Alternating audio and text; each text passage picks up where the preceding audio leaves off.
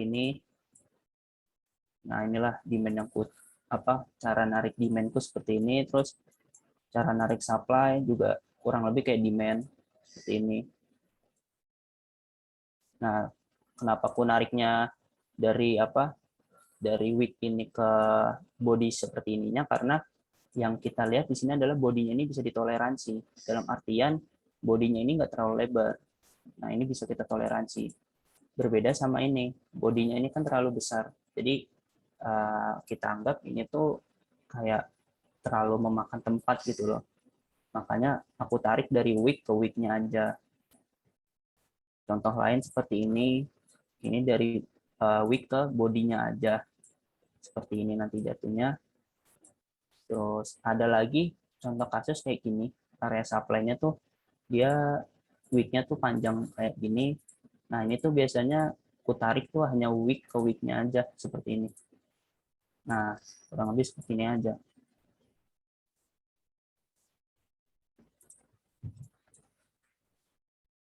Jadi untuk supply and demand kurang lebih singkatnya seperti ini cara penarikannya, biar nggak terlalu intinya tuh nggak terlalu lebar lah untuk cara penarikannya ininya tuh, karena kalau ininya terlalu lebar tuh nanti ketika nentuin FTR-nya itu rada sulit menurutku seperti itu.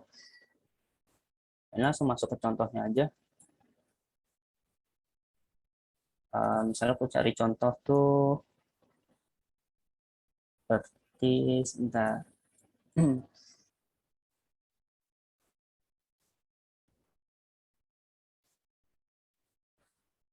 Contohnya ini seperti ini misalnya.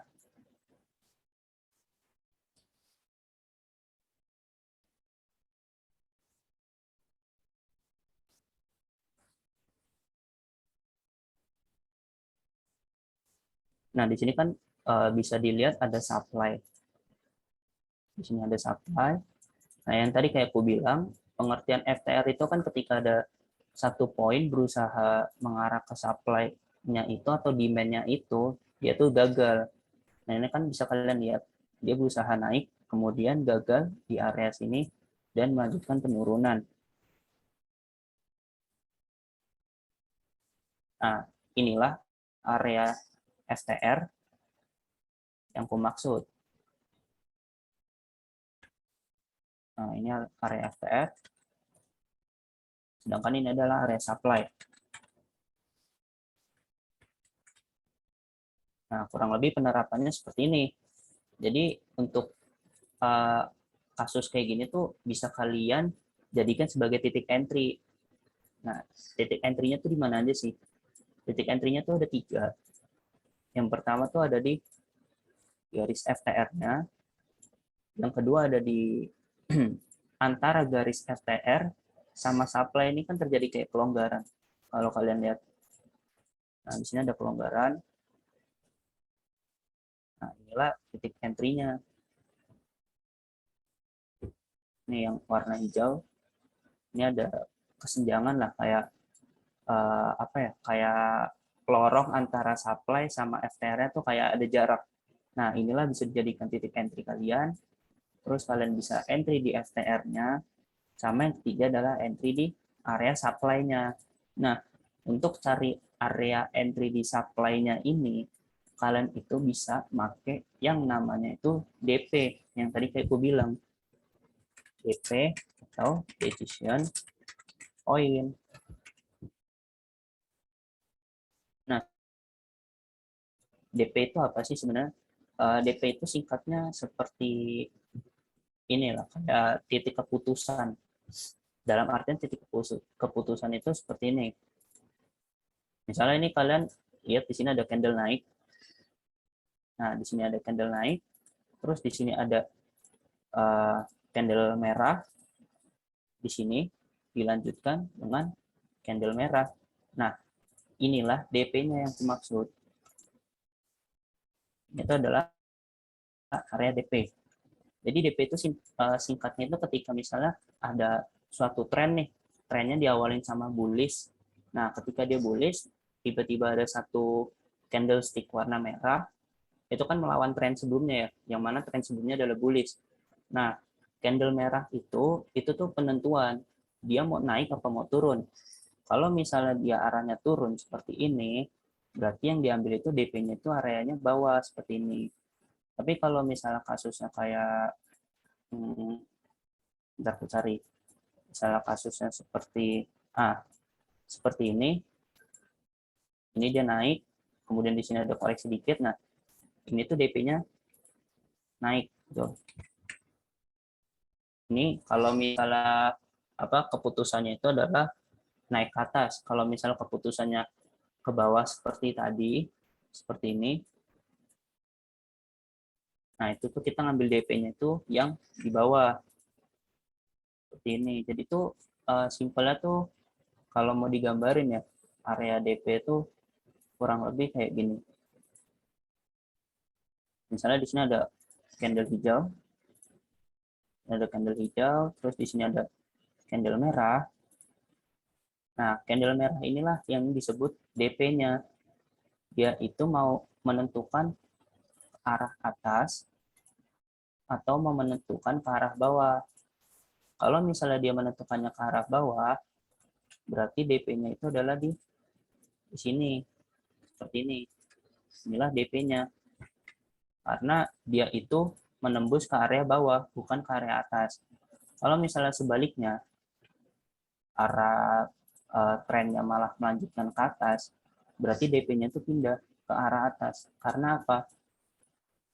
Candle merah ini di break-nya itu ke arah atas seperti ini. Nah, seperti inilah. Nah, seperti ini.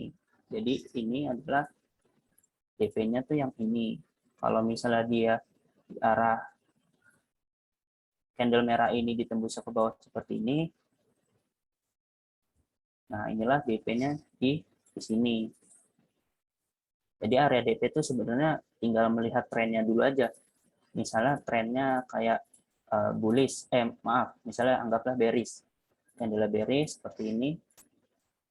Nah, di sini ada satu candle hijau.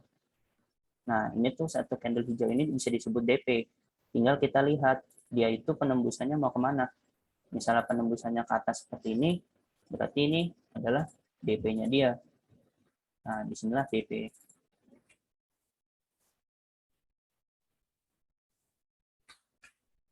Tapi kalau misalnya ini ditembus ke bawah seperti ini,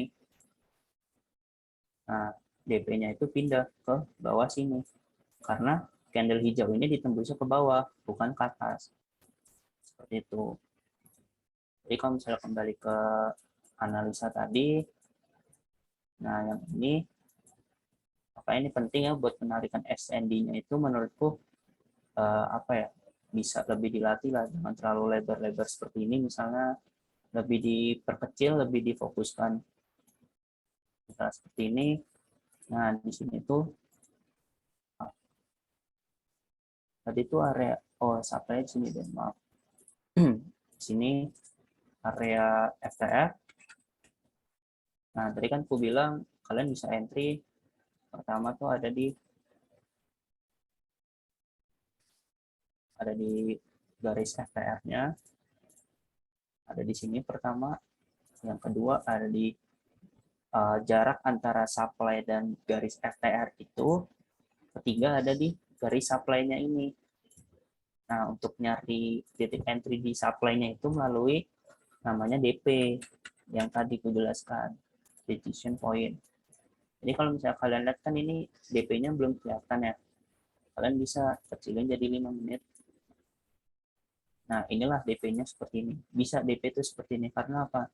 Di sini kalian lihat yang tadi kayak aku bilang, trennya itu apa dulu. Misalnya trennya bullish, kemudian di sini ada satu candle yang berlawanan. Ini kan candle merah.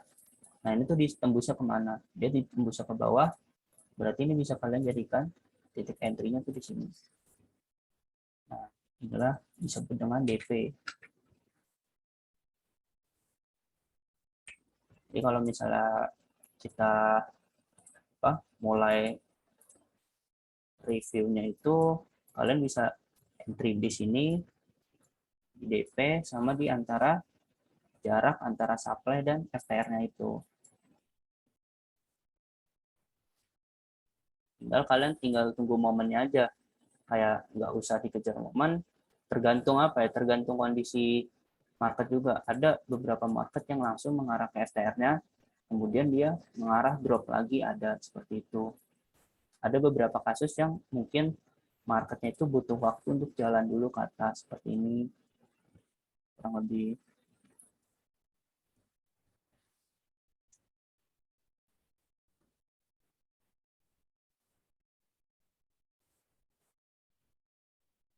Nah, contohnya kayak gini, ini kan apa namanya, kalau kulihat ini kan kurang kejemput di sini ya.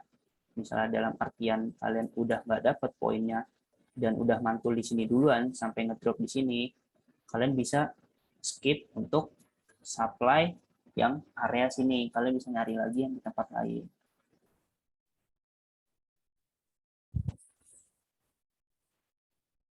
Jadi menurutku untuk materi apa ya, untuk materi FTR, supply dan DP tuh sebenarnya ini aja sih yang perlu kalian lihat tuh. Nggak perlu apa ya, dalam artian kuliah tuh ngelihat banyak hal lah. Kalian pakai itu juga bisa buat nyari titik entry-nya. Kayak tadi kan kalian lihat di sininya kan ada supply. Di sini ada supply, terus bentar mahal. Nah, di sini ada supply, terus di sini ada STR. Nah, kalian juga bisa nyari itu titik entry tanpa harus melihat yang lain juga. Kayak misalnya kalian lihat di sini ada DP. DP di time frame 15 menit. Nah, ini bisa kalian lihat DP 15 menit. Terus kalian perbesar jadi 1 jam, itu bisa juga. Kalian nanti melihat di sini tuh ada DP lagi. Nah, ini kalian bisa lihat di sini ada DP juga. Ini DP 1 jam. Aku tulis satu H aja ya. Nah, ini DP 1 jam. Terus di sini juga ada DP lagi. Nah, ini DP 1H. Jadi menurutku untuk area DP STR ini tuh sangat potensi gitu buat nyari titik entry. Kalau misalnya kalian lihat di sini kan kalian bisa lihat dapat titik entry yang sifatnya nggak terlalu membawa minus kalian kan. Nah, ini tuh dari hasil DP. Nah, untuk ini tuh FTR. Mungkin FTR nggak terlalu kena ya, tapi bisa kita bilang ini jaraknya kurang lebih sedikit lagi tuh untuk FTR-nya. Jadi materinya untuk yang kujelaskan itu aja sih. Uh, Kembalikan ke Pak dosen lagi tuh. Untuk sesi tanya jawab, barangkali ada yang masih bingung.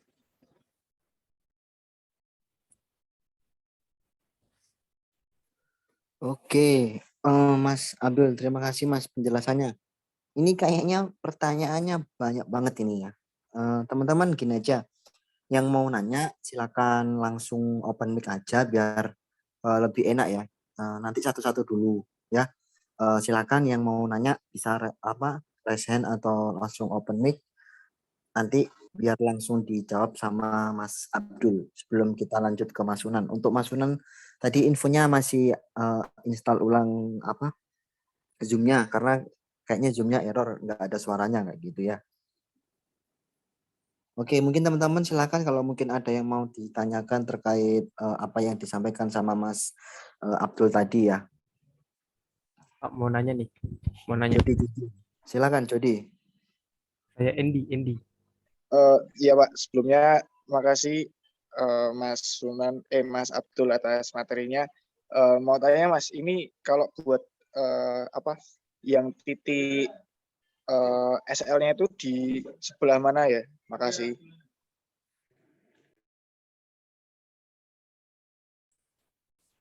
Untuk tadi titik super resisten ya.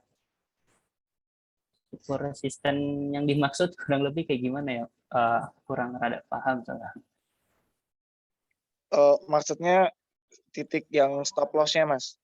Oh, buat tadi ya nyari titik entry itu stop loss di mana ya? Iya betul Mas. Oh, ini aku jelaskan pakai contoh yang tadi aja lagi. Atau aku ganti bentar deh, aku cari. Misalnya kalian lihat kasusnya kayak gini, ini kan bisa dianggap sebagai supply juga ya, sebutnya apa ini? Iya, ini supply lah. Biar simpelnya, sebenarnya kan supply demand kan ada macam-macamnya kayak rally based drop, terus drop based drop. Ini cuman ku jadikan satu aja biar lebih mudah. Maksudnya ini ku jadikan supply namanya. Nah, di sini kan kalian bisa lihat ada FTR. Nah, untuk nyari stop loss itu sebenarnya kembali lagi. Stop loss lagi ditaruh tuh paling enak di atas supply-nya ini sendiri buat stop loss-nya.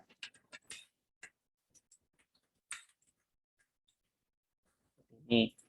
Tapi kalau misalnya kalian melihat ada kesenjangan antara supply dan FTR-nya itu terlalu jauh seperti ini, nah ini tuh aku sarankan masang stop loss-nya itu di area supply-nya ini sendiri.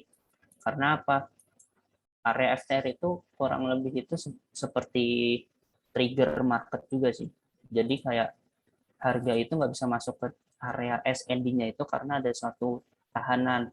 Nah, tahanan itu tuh menurutku suatu tekanan harga yang bisa ada kemungkinan di area itu tuh ada limit order yang tertinggal juga. Dan aku kira tuh itu hal limit order yang besar. Jadi kalau misalnya ngeliat jarak kayak gini tuh lebih baik stop loss-nya main di tipis-tipis saja, kayak di supply-nya atau di bagian bawah seperti ini, bagian bawah supply-nya itu boleh. Jadi jangan terlalu di atas seperti ini. Karena untuk risk and reward-nya itu rada jauh. Menurutku seperti itu. Misalnya entry-nya di FTRS ini, sedangkan stop loss di sini. Nah, itu untuk risk and reward-nya menurutku rada kurang worth it gitulah. Lebih baik stop loss-nya pasang di sini seperti itu. Kalau misalnya aku cari contoh lagi ya, contoh terakhir nih. Misalnya seperti, nah contohnya seperti ini deh. Contohnya seperti ini. Nah, di sini ada supply. Terus di sini ada STR-nya.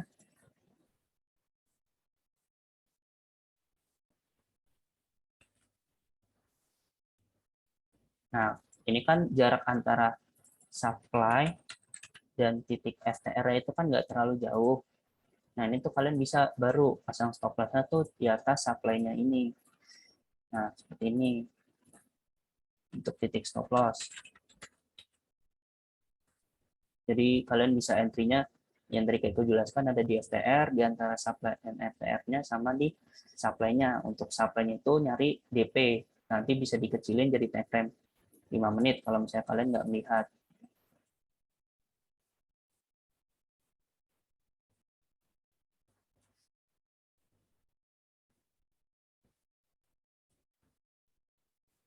Nah, contohnya misalnya kayak gini. Ini ada area DP di sini. Nah, di sini ada area DP, ini bisa kalian jadikan titik entry yang ketiga. Jadi untuk stop loss tetap pasangnya sih tergantung ininya ya, letak STR sama supply atau demand-nya tuh jaraknya jauh nggak. Kalau dalam kasus kayak tadi jauh, supply-nya tuh lebih baik di area, stop loss-nya lebih baik di area supply-nya. Cuman kalau kasusnya kayak gini, jarak antara supply dan STR-nya dekat, kalian bisa masang stop loss-nya tuh di atas supply-nya itu sendiri. Seperti itu untuk lebih amannya. Kurang lebih begitu ya. Uh, Semoga paham lah. Oke, siap. Makasih banyak, Mas. Ya, sama-sama. Mau tanya dong. Ya, Siapa boleh. ini? Siapa tadi? Oh, Mas Restu. Silakan, Mas Restu. Teori dasarnya untuk belajar market structure itu apa ya? Sebelum paham mengenai FTR, DP. Makasih. Kalau ngomongin belajar dasarnya itu kan sama kayak ini ya, kalau belajar trading tuh kurang lebih kayak belajar seni. Jadi kalau misalnya belajar seni itu kan kalian mungkin tanya ke orang-orang yang udah pandai seni, mungkin nanya kayak misalnya, Mas, untuk belajar seni itu enaknya kira-kira dari mana?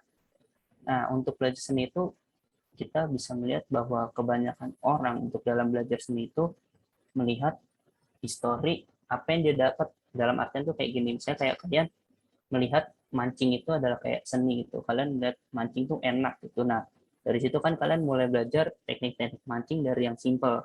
Nah, sama kayak trading juga, kalau misalnya kalian uh, bertanya nih untuk belajar market chapter tuh mulainya dari mana, kalian lihat dulu aja nih, kira-kira ketika kalian trading tuh kalian paling sulit di mana, misalnya dalam menentukan titik pantul.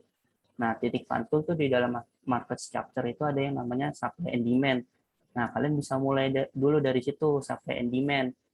Nah, habis kalian mulai dari supply and demand, nanti lama-lama berkembang. Kayak misalnya udah bisa belajar supply and demand, nanti selanjutnya tuh kalian belajar gitu, kenapa kok harga bisa bertahan di suatu daerah, tapi dia belum menyentuh supply and demand-nya, bertahan terus di situ. Itu bisa, jadi kayak belajar market structure itu sebenarnya nggak bisa aku kayak tekankan, yang ini pengalaman pribadiku, nggak bisa ditekankan kayak kalian harus belajar dari sini, belajar dari sini, belajar by moment aja. Jadi kayak misalnya kalian pertama kalian dengar orang-orang kayak ngomongin supply and demand, nah ya udah itu nggak apa-apa, kalian coba pelajarin, nanti lama-lama juga kalian belajar by moment, nanti ngikuti sendiri ilmu selebihnya tuh, kayak mulai belajar Wyckoff atau belajar FTR contohnya kayak tadi, itu nanti lama-lama mengikuti sendiri. Jadi menurutku ini aja sih Bang, apa, ikutin alurnya dulu aja. Kira-kira Abang tertariknya di mana? Kalau misalnya belajar supply and demand tertarik, dalemin dulu aja, jangan langsung loncat-loncat jauh gitu. Karena untuk supply and demand tuh menurutku apa ya, walaupun dasar juga banyak hal yang krusial seperti itu. Kalau candlestick pattern itu bisa nggak, Bang? Untuk apanya?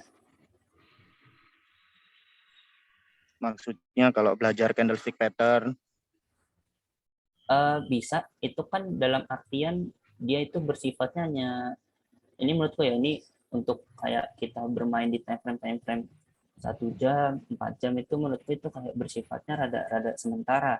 Dalam artian sementara tuh misalnya kayak di sini candlestick pattern nih, ada apa, misalnya anggaplah ada engulfing bearish gitu, berarti kan ini menandakan penurunan, tapi kan kita nggak tahu gitu entry-nya tuh harus di mana gitu kan.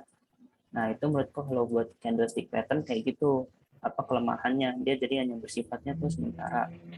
Kalau buat belajar market chapter tuh, kalau emang dasarnya banget tuh emang SND aja yang mudah diterima gitu. Habis candlestick kenal, baru cobalah ke mana namanya, ke supply and demand, biar lebih tahu gitu kan.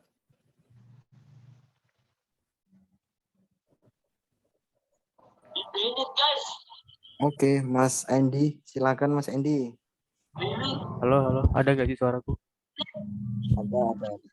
Kalau misalnya FTR-nya itu nyentuh supply, itu masih bisa dikatakan FTR atau enggak?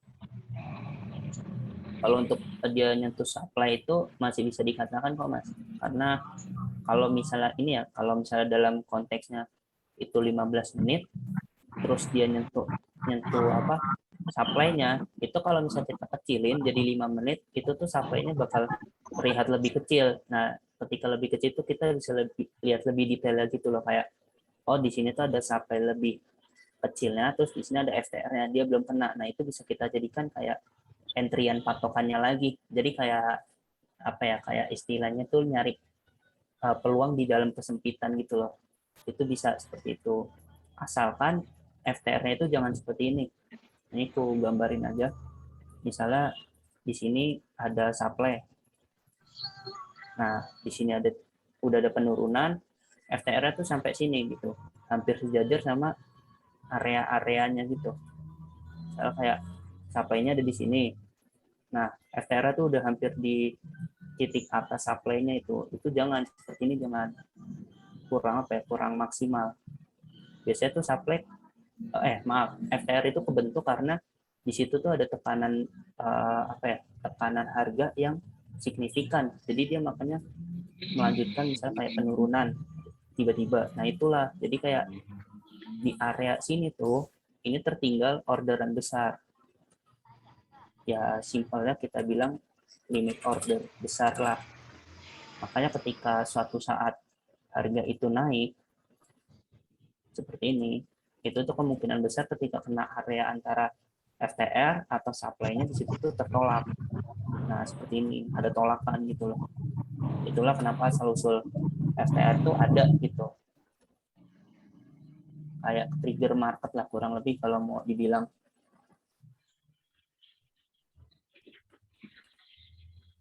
Bisa jelasin area liquidity itu apa nggak, Mas? Oh, ini apa? Aku simpelnya aja ya. Ini aku juga mau nyampein sih sebenarnya. Area liquidity itu penting juga menurutku. Jadi yang aku pelajarin selama ini, namanya grafik itu sama kayak aliran air. Dia tuh mengalir dari high liquidity atau area tertinggi ke low liquidity. Nah, nih, jadi simpelnya gini, simpelnya aja ya aku jelasin liquidity atau likuiditas itu simpelnya itu ketika harga jual dan beli langsung terpenuhi. Nah, contohnya kayak gini deh, kayak misalnya dulu pas awal-awal COVID itu mungkin kita jual sepeda banyak ya, kayak di internet banyak jualan sepeda. Nah, di situ kan antara penjual dan pembeli langsung terjadi gitu loh, kayak dalam waktu singkat langsung ada jual beli, ada permintaan, ada penawaran tinggi gitu. Nah, disitulah liquidity terjadi. Jadi liquidity itu kalau di market ya contohnya kayak gini, dia tuh terjadi gitu loh, kayak antara pembeli dan penjual tuh aktif kayak seperti ini. Nah, itulah liquidity kayak gitu menurutku. Jadi dalam menentukan high liquidity ke low liquidity itu menurutku penting. Kenapa penting? Contohnya aja kita ambil grafik Luna. Nah, kok hilang? Bentar.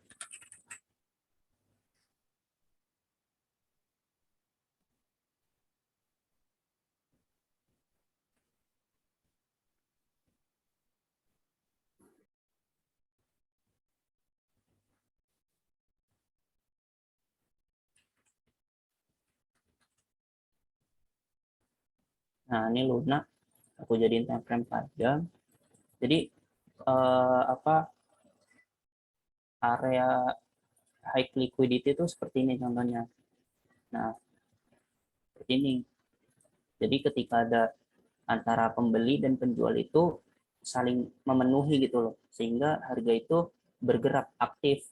Ini kan kayak di sini berarti ada buyer aktif di sini, sehingga harganya langsung naik. Ini berarti liquidity-nya tuh aktif. Makanya area ini tuh udah termasuk high liquidity. Nah, seperti ini, liquidity. Udah termasuk. Nah, untuk low liquidity itu sebenarnya kayak gimana sih? Nah, low liquidity itu seperti ini contohnya. Kayak masuk ke area DP. Jadi ini kan, kalau kalian lihat kan ini marketnya rally ya. Rally naik, terus di sini ada candle merah sedikit. Nah, candle merah ini sebenarnya kalau kalian zoom jadi time frame lebih kecil, nah di sini tuh terjadi likuiditas. Artinya apa? Terjadi penjual dan pembeli itu saling aktif, tapi jaraknya itu sedikit gitu loh. Maksudnya sedikit itu sebentar, hanya butuh 4-6 jam, sedangkan kalau yang ini tuh butuh sampai waktu yang lama. Nah, ini tuh kurang lebih butuh waktu kurang lebih ya 3 hari, sedangkan ini tuh hanya butuh 8 jam. Makanya ini tuh disebut low likuiditas. Nah, tadi yang kayak aku bilang, grafik itu selalu mengalir dari high liquidity menuju low liquidity. Nah, inilah penting, makanya kalau misalnya kalian melihat area-area seperti ini tuh mungkin kayak nganggap hal biasa, tapi sebenarnya itu bisa kalian artikan, bukan artikan, kalian bisa ambil momen. Banyak orang juga kurang paham sih menurut kayak ginian ya. Mungkin emang kayak dikira hal yang biasa, tapi ini tuh bisa dijadikan entryan moment seperti nanti. Nah, itu bisa dijadikan momen karena apa? Dia dari high liquidity menuju ke low liquidity. Nah, di low liquidity ini biasanya dia tuh akan membentuk high liquidity lagi di sini. Nah, kurang lebih di sini tuh akan membentuk lagi nih area high liquidity. High liquidity yang baru maksudnya. Nah, seperti ini. Jadi kan kalian bisa memanfaatkan momen entry di low liquidity. Ini tuh penting menurutku. Nah, inilah seperti ini. Jadi intinya tuh liquidity itu atau likuiditas tuh ketika harga penjual dan pembeli itu saling terpenuhi dalam satu range atau satu apa ya? Satu area lah kayak gini. Ini kan satu area nih. Areanya ya ini aja. Jadi kayak saling terpenuhi gitu loh. Nah, ini juga nih kayak gini. Nah, ini likuiditas juga nih, liquidity. Terus mana lagi seperti ini juga bisa, ini liquidity. Jadi kurang lebih pengertiannya kayak gitulah, apa likuiditas. Biar nggak terlalu apa ya, nggak terlalu ribet untuk dicerna otak. Jadi simpelnya gitu aja, apa likuiditas tuh kayak terjadinya transaksi antara jual dan pembeli yang terpenuhinya tuh dalam waktu singkat tuh terpenuhi gitu loh. Dan kalau biar gampangnya tuh biasanya sifatnya kayak gini, dia dalam satu range, satu area gitulah. Nah kayak gini, terus kayak begini juga satu area. Nah ini juga bisa kayak gini satu area. Nah kurang lebih begitulah apa likuiditas.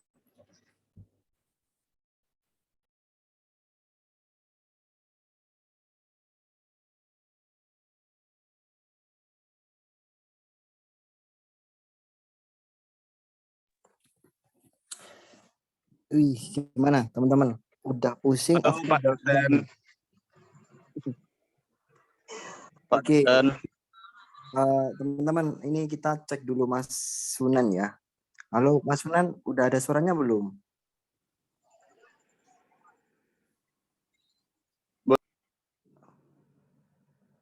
Halo Mas Sunan.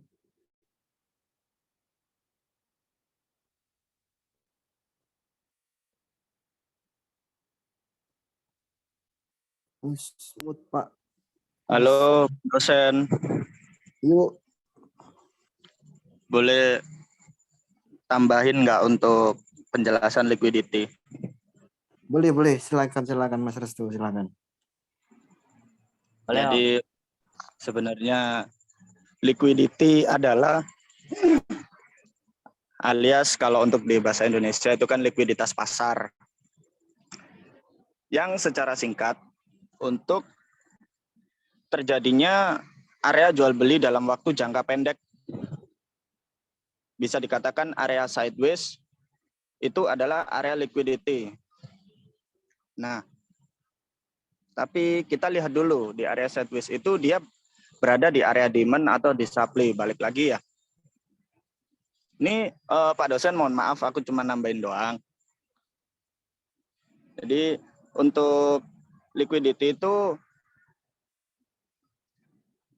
transaksi jual beli dalam waktu jangka dekat. Dan biasanya di situ bakalan ada trap. Nah, jika di saat liquidity itu sudah muncul di area demand zone, itu biasanya bakalan ada trap. Makanya kenapa kalau di price action ataupun di pola pattern itu biasanya rata-rata kayak si pattern kan 2022. Udah bikin sideways, kelihatan mau naik, ternyata turun habis itu kena SL terus dibanting naik lagi kan. Itu adalah liquidity yang menjadi inducement.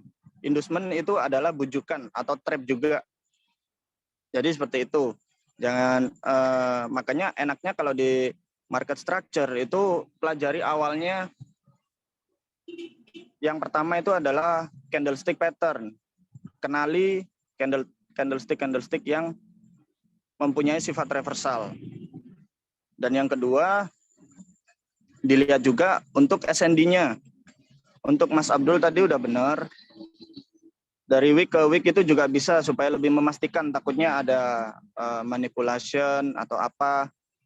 ternyata masih bisa naik padahal udah tembus bodinya, tapi masih di dalam wick-nya. Jadi seperti itu. Terus ada juga untuk liquidity grab, liquidity safe zone, liquidity supply and demand itu juga ada. Yang penting kenali dulu apa istilah dasarnya liquidity. Itu aja sih Pak dosen. Terima kasih. Yuk, terima kasih Mas Restu ya buat penambahan penjelasannya ya. Teman-teman semoga Gampang nanya, Mas, bisa, Mas? siapa ini? Sebentar. Nanya Namanya apa siapa? nih? Orang baru, Mas. Apit. Hafid Rusidi. Silakan Mas Hafid. Kalau ciri-ciri trap itu gimana ya, Mas? Kalau yang baru-baru kan nggak ngerti. Biasanya Kogo CSL biasanya, Mas. Itu aja, Mas. Gimana? Ciri-ciri trap itu kayak mana kalau di dalam candle, Mas? Bisa dikasih tunjuk contohnya misalnya, Mas? Ciri-ciri apa Nggak jebakan? bisa kasih contoh, Mas. Saya cuma pakai handphone masalahnya. Nggak bisa share screen juga. Oh, ya, Cuman, Mas. Ya, Mas. nanti ini siapa si Sunan udah aku ajari kok. Oh, ya, Sunan, Mas. Makasih, Mas. Oke. Yuk, terima kasih Mas Hafid. Saya nunggu Mas Sunan dulu ya, Mas Abdul. Yo, nggak apa-apa. Halo Mas Sunan, udah bisa belum? Tadi sih infonya Mas Sunan ini ya ke Om Son gitu ya. Aku tele kok belum ada kabar Sunan. Gimana? Pak, dari tadi mic-nya saya nyala kok nggak ada suaranya sih. Siapa? Sunan maksudnya? Iya, iya. Coba suruh keluar dulu. Itu mungkin pas waktu dia join mungkin belum klik itu mungkin wifi and cellular data. Coba out dulu Sunan.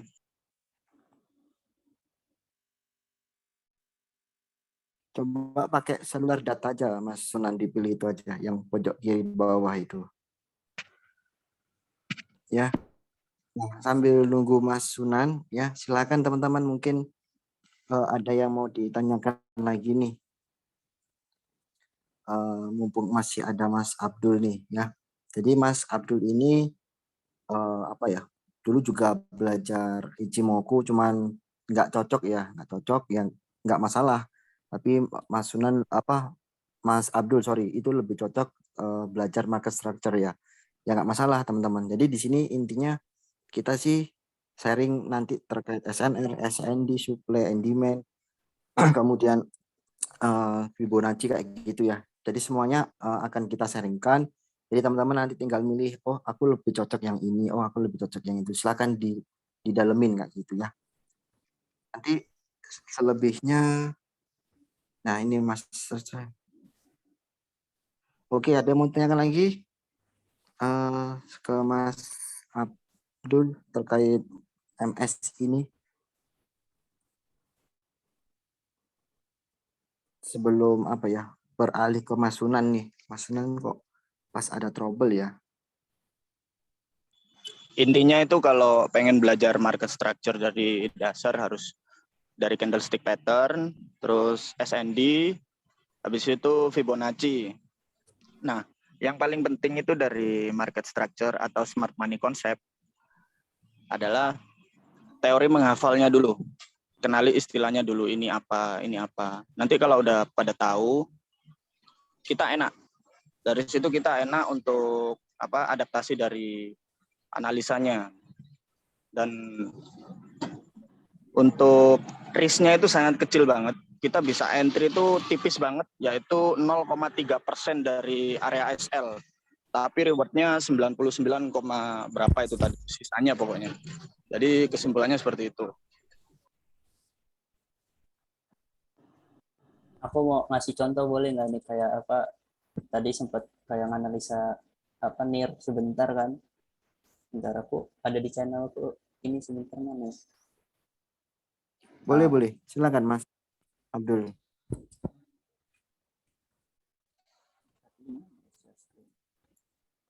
Aku pindah share screen dulu.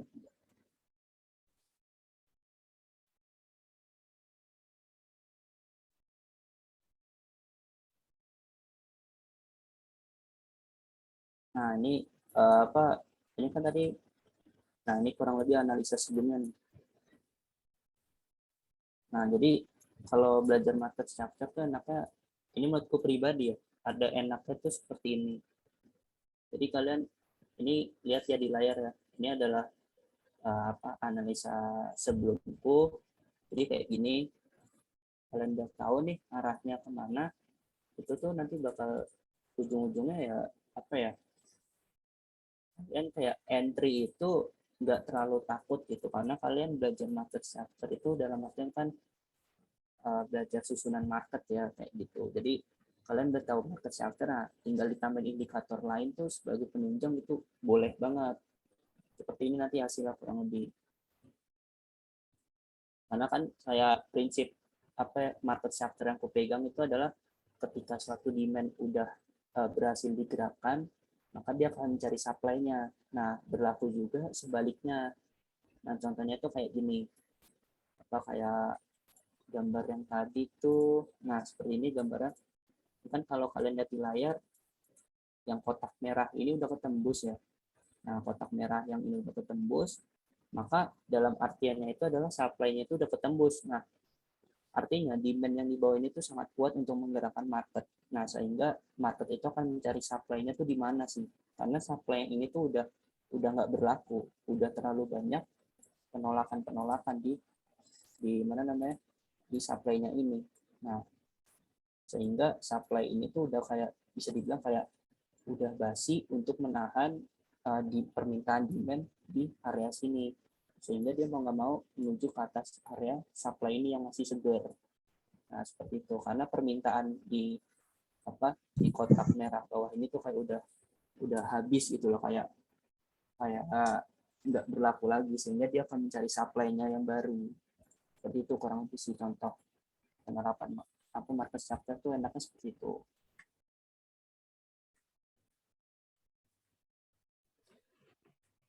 Oke, coba Mas Abdul coba GMT. Coba dong dianalisa GMT Teh, sambil nunggu Mas Sunan. Ini aneh Mas Sunan. double terus. Nah, biar teman-teman tahu nih, kita sharing aja ya, mumpung ada Mas Restu juga ya. Nanti Mas Mas Abdul kalau salah biar dibantu Mas Restu ya. Oh, boleh. Nanti GMT ini coba sih dianalisa pakai market structure. Nanti untuk area demand-nya di mana, supply-nya di mana kayak gitu. Ini koin GMT ya? Iya benar-benar. Itu cuma segitu doang chartnya. Iya. Iya, meski doang. Kalau ini pakai Elliott aja. Kalau market structure itu enaknya untuk di jangka pendek lebih kompleks. Iya. Atau kalau memang ini sudah terjadi area distribusi mau ke penurunan, itu pakai Wyckoff. Cuman ini kan materinya di SMC ya. Jadi ada di time frame lebih kecil aja, 5 menit atau 15 menit. Ini ya. Nah, itu coba mainin dulu deh. Masih sama sih Pak Dos, yang tadi kayak aku bilang kan market ngarahnya dari Coba mainin dulu. likuiditas apa tinggi dulu, terus menuju ke likuiditas yang kecil kan. Nah, di sini ada nih, di sini ada likuiditas pendek, maksudnya likuiditas yang kecil. Terus kita kalau tarik di sini ada supply-nya. Satu. Kalau kulihat paling mentok ya apa namanya?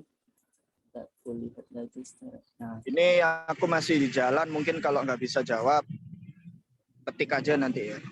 kurang lebih ke sini sih. Apa arah yang ku mau lah. Nah, kurang lebih ke sini. Sini dulu. Karena apa low likuiditas ini kan bisa dimanfaatin ya buat nyari titik entry. Karena ada potensi mantul ketika suatu chart itu kena area low liquidity. Seperti itu.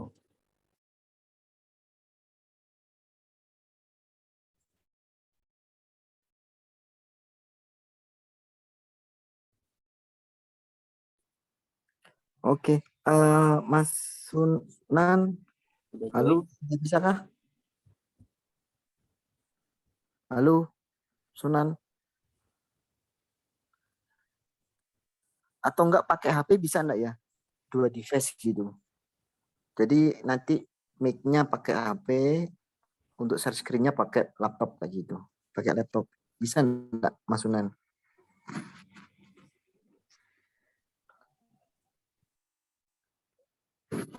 Nah, sambil nunggu Abdul, saya nanya dong.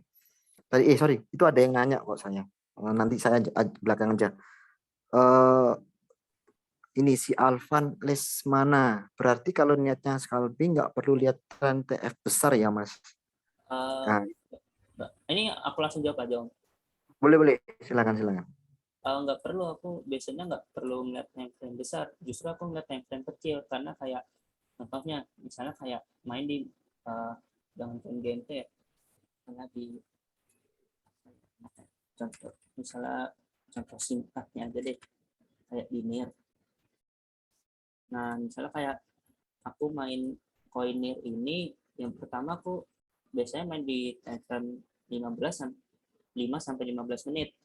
Nah itu tuh justru aku ngeliatnya time frame semakin kecilnya. Karena apa? Di time frame kecil itu aku nyari kayak hidden-hiddennya gitu loh. Kayak apa? Kayak area tersembunyinya. Contohnya nih ya. Contohnya aja misalnya bisa time frame 1 jam. Nah, ini kan kalau kalian lihat kita marketnya posisinya lagi di sini. Misalnya di sini. Nah, ini kan kalian melihat ini adanya tuh hanya chart penurunan aja kan. Nah, tapi kalian nggak lihat loh, kalau di sini tuh ada area low liquidity. Cara ngeliatnya tuh adalah dikecilin dulu time frame kecilnya. Nah, sehingga tuh di sini nemu area low liquidity di time frame 15 menit. Seperti ini. Nah, contohnya tuh kayak gini. Jadi harga tuh kemungkinan naik ke low liquidity, terus ada pemantulan atau rejection. Nah, contohnya nanti seperti ini.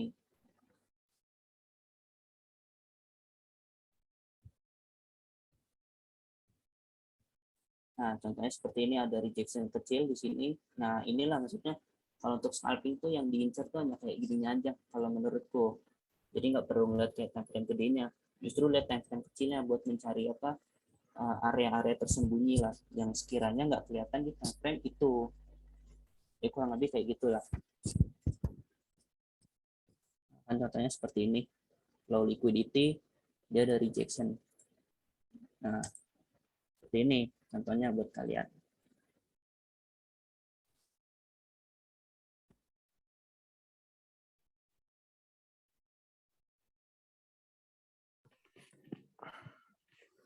Oke, Mas Abdul nanya dong, itu berarti NS ini hanya digunakan di time frame 15 menit ya? Kalau di 1 jam atau 4 jam bisa enggak ya?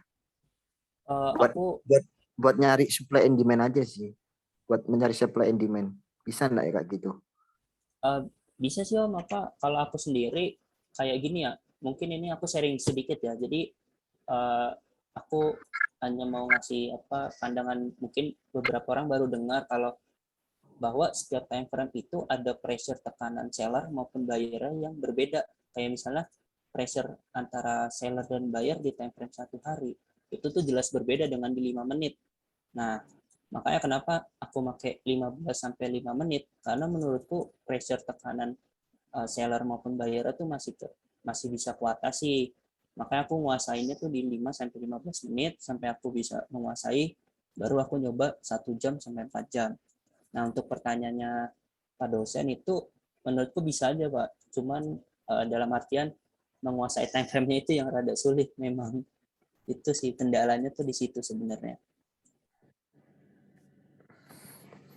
Oh, oke, nggak apa-apa sih. Karena ini ya beberapa kali kayak Mas Abdul, Mas Sunan, terus siapa Dagelan itu, saya juga lupa namanya Mas Dagelan. Itu kan beberapa kali mesti pakai TF time frame 15 menit gitulah.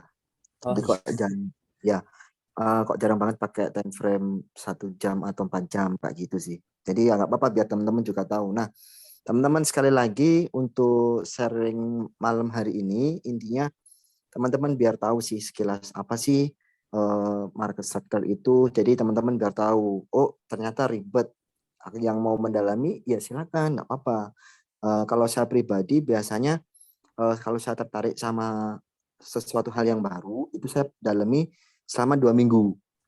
Jadi 2 minggu itu saya fokus katakanlah gini, saya tertarik ke MS. MS itu 2 minggu pasti saya pelajari. Jadi fokus ke situ, cari data entry-nya, kenapa kok MS ada apa tadi istilah yang dijelaskan sama Mas Abdul tadi itu, kita pelajari semuanya kayak gitu. Nah itu kalau memang 2 minggu kita ngerasa skill-nya dapet gitu ya. Nah nanti teman-teman bisa tanya-tanya ke kelas ya, ada Mas Sunan, ada Mas Abdul, atau nanti di grup pasukan babi itu ada namanya Om Son. Nah, Om Son ini setahu saya adminnya apa? Thread Ya, kalau nggak salah. LQT. Ya, nanti bisa join juga di situ, nggak masalah teman-teman. Jadi intinya kita itu di CBN ini saling belajar ya. Jadi nggak ada yang lebih jago, nggak ada yang lebih pintar, apalagi yang di kelas CBN ya. Trinken, 7 Tage lang, was sollen wir trinken? So ein Durst. 7 DS tolong dimatiin dong DS ya. Oke, jadi gitu ya teman-teman. Jadi sekali lagi intinya Mas Abdul terima kasih ya buat sharingnya malam hari ini. Semoga teman-teman paham ya. Enggak mungkin paham sih sekali dijelaskan sama Mas Abdul langsung paham, karena memang market structure ini kompleks banget, lebih detail, lebih banyak yang harus dipelajari, mulai dari candlestick, mulai dari support and resist, supply and demand kayak gitu. Memang yang disampaikan Mas Resto tadi benar, mungkin awal-awal harus paham-paham terkait candlestick kayak Moroboso atau sejenisnya. Jadi teman-teman juga harus paham nggak gitu ya. Jadi jangan asal gitu.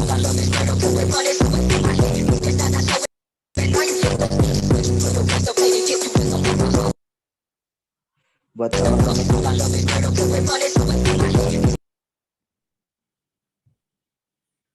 teman-teman semuanya silakan ya. Nanti kalau ada yang tertarik dengan MS, nanti bisa message Mas Abdul, Mas Sunan, terus Dagelan, atau di pasukan babi yang namanya Om Son kayak gitu.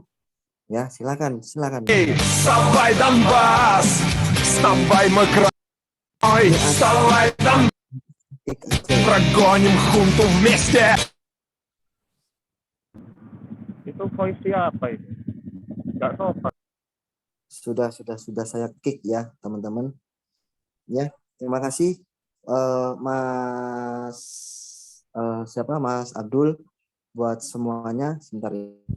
Oh ya Om, aku mau nambahin kalau misalnya Pak, jadi speaker kalau misalnya kalian ada yang mau nanyain soal FTR atau DP sama yang lain, apa namanya kayak tadi yang ku jelaskan itu nggak apa-apa, chat aja, nanti ku jawab sebisa mungkin. Soalnya apa namanya, aku yakin sih tadi penjelasannya mungkin terlalu cepat, ada yang nggak paham. Cuman kalau ada yang tertarik buat apa ya, bermain teknik scalping yang tadi ku pakai, itu boleh aja nanya, nanti ku jelasin satu-satu biar lebih apa ya, biar lebih fokus lah buat kalian yang mau memperdalam. Boleh.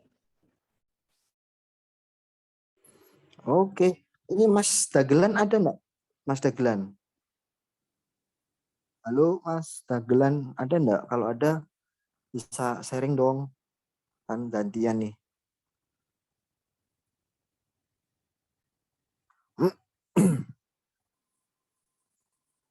Ya, sekali lagi teman-teman, jika teman-teman ada yang tertarik bisa join ke channelnya Om Son ya. Tadi aku nggak tahu ini Mas Restu Om Son kah atau gimana.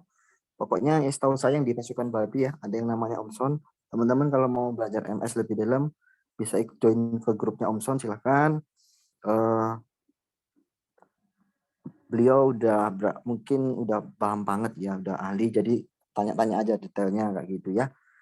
Terus nanti teman-teman juga bisa tanya-tanya Mas Abdul atau Mas Hunan atau apa Om Daglan sih kayak gitu. Tapi kayaknya Om Sun ya yang mungkin yang ngajari teman-teman. Saya juga kurang tahu sih.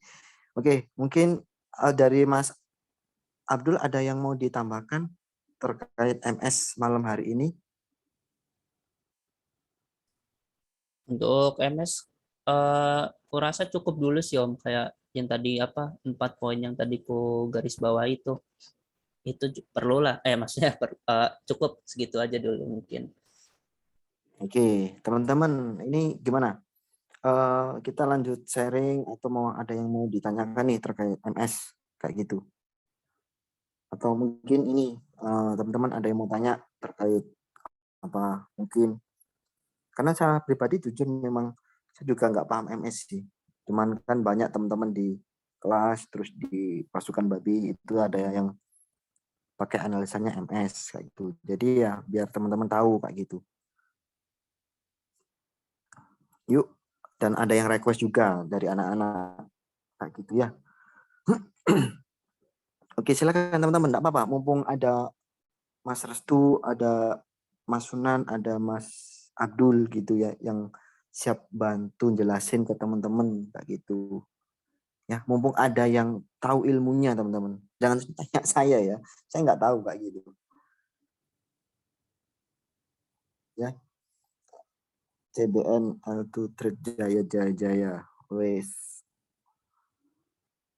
Om Abdul, teknik itu cara TP-nya gimana? Nah, ini ada yang tanya Mas Abdul. Kalau udah kena untuk nentuin TP-nya di MS itu gimana? Kalau untuk MS ini mungkin setiap orang beda-beda. Kalau misalnya yang ku tahu selama aku belajar, mungkin kalau melihat orang TP di Microsoft itu biasanya tergantung tergantung maksudnya tuh ilmu yang dipakai. Menurutku kayak misalnya week off-nya tuh misalnya letaknya lagi di atas, berarti kan ambil short ke bawah. Nah itu mungkin ada patokannya di mana. Tapi kalau aku pribadi nih, karena aku yang sharing, jadi aku ngejawab yang aku pakai aja. Kalau aku sendiri pakai teknik namanya rejection. Mungkin beberapa orang di sini mau nyoba teknikku. Jadi teknik tuh seperti ini contohnya. Misalnya kayak ngelihat area ada low liquidity nih, misalnya kayak di temper 1 menit ini. Nah aku tuh biasanya manfaatin rejection aja. Jadi kayak ngambil 1%, misalnya seperti ini. Nah kan mungkin banyak orang yang ngiranya kok 1% dikit banget gitu, tapi caraku itu adalah di 1% ini biasanya aku tuh pakai margin, aku besarkan marginnya 10-15%. Ini buat info kalian, jadi mungkin ada yang tertarik kan buat tahu. Jadi kayak gini cara mainnya tuh. Nah ini aku tuh pakai leverage-nya 50, leverage 50 kali. Jadi kurang lebih cuanku tuh sama aja dengan 50%. Seperti ini. Jadi 50% dari total margin 10-15%. Jadi aku nggak pernah nargetin sih kayak take profitnya harus di sini kah atau gimana. Aku hanya ngambil 1-2%. Itu udah cukup. Selebihnya dia mau lebih pun aku biasanya nggak terlalu berharap. Intinya aku hanya manfaatin rejection seperti itu. Jadi buat kalian yang mau nyoba mungkin tekniknya emang rada aneh sih, cuman kayaknya worth it lah. Contoh-contohnya seperti ini gitu.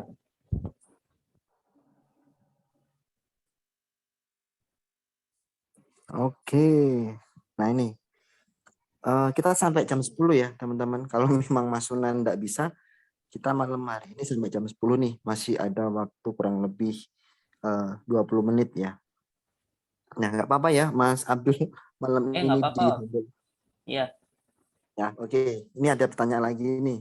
Nggak apa-apa, nanti gini aja Mas Abdul, kalau memang ada teman-teman yang nanya, yang sekiranya Mas Abdul nggak paham, nggak apa-apa, bilang aja. Nanti kalau memang paham ya dijelasin, kalau nggak paham ya bilang aja, nanti akan dijelaskan di grup kelas atau di CBN-nya, kayak gitu.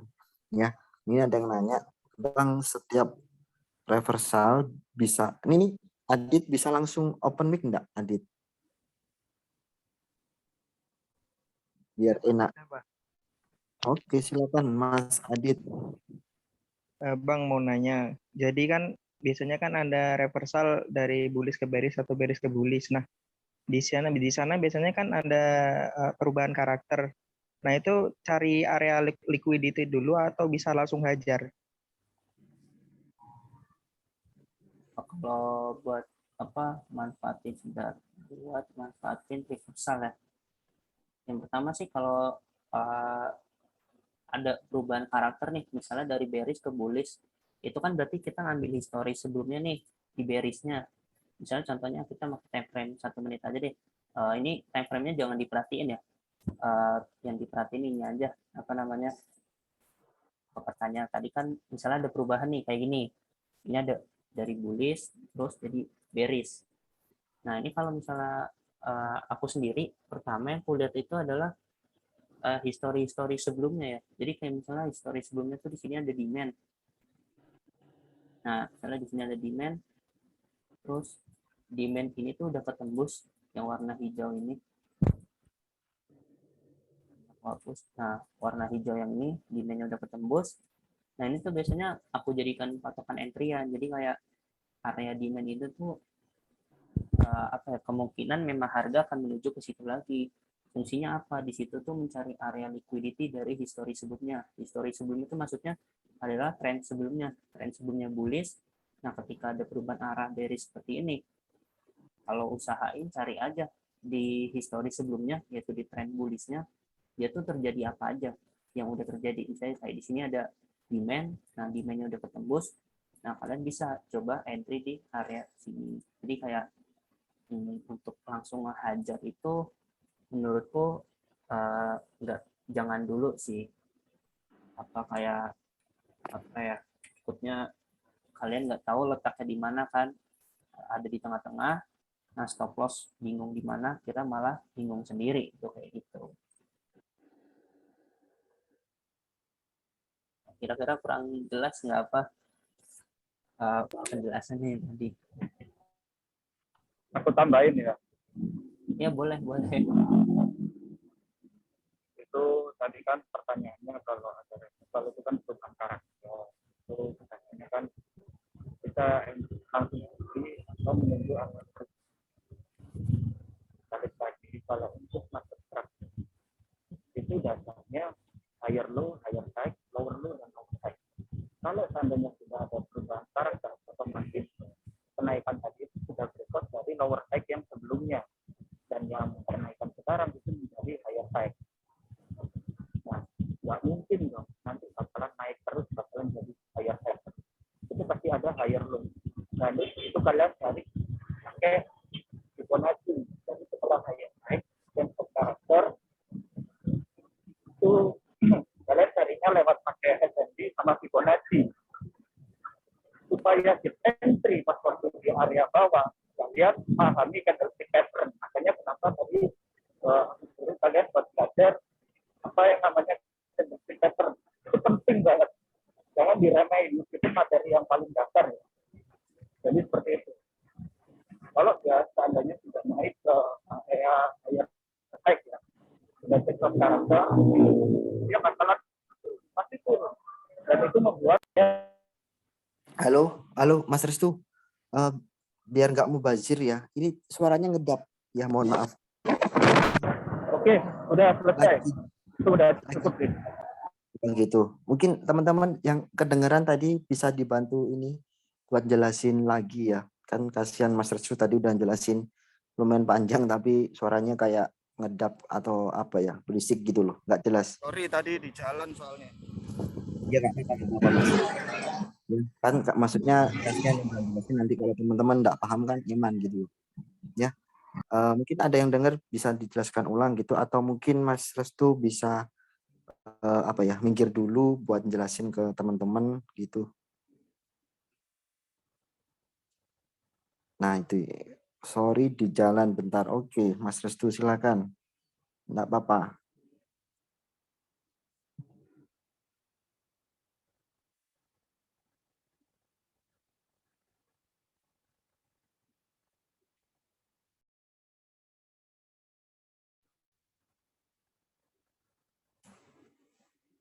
Oke, Mas Abdul ini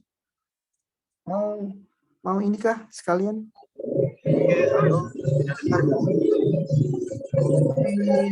Mas Restu.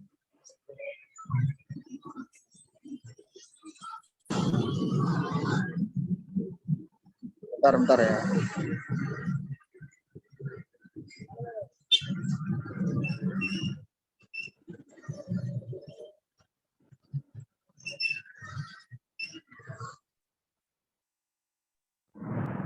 Halo, udah kedengeran nggak?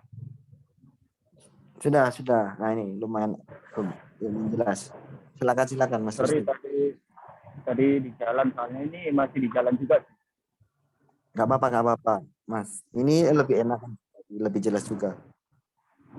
Jadi istilah dasarnya untuk perubahan karakter tadi, untuk pertanyaannya kan, kalau sudah ada perubahan karakter, kita langsung entry atau menunggu area liquidity dulu.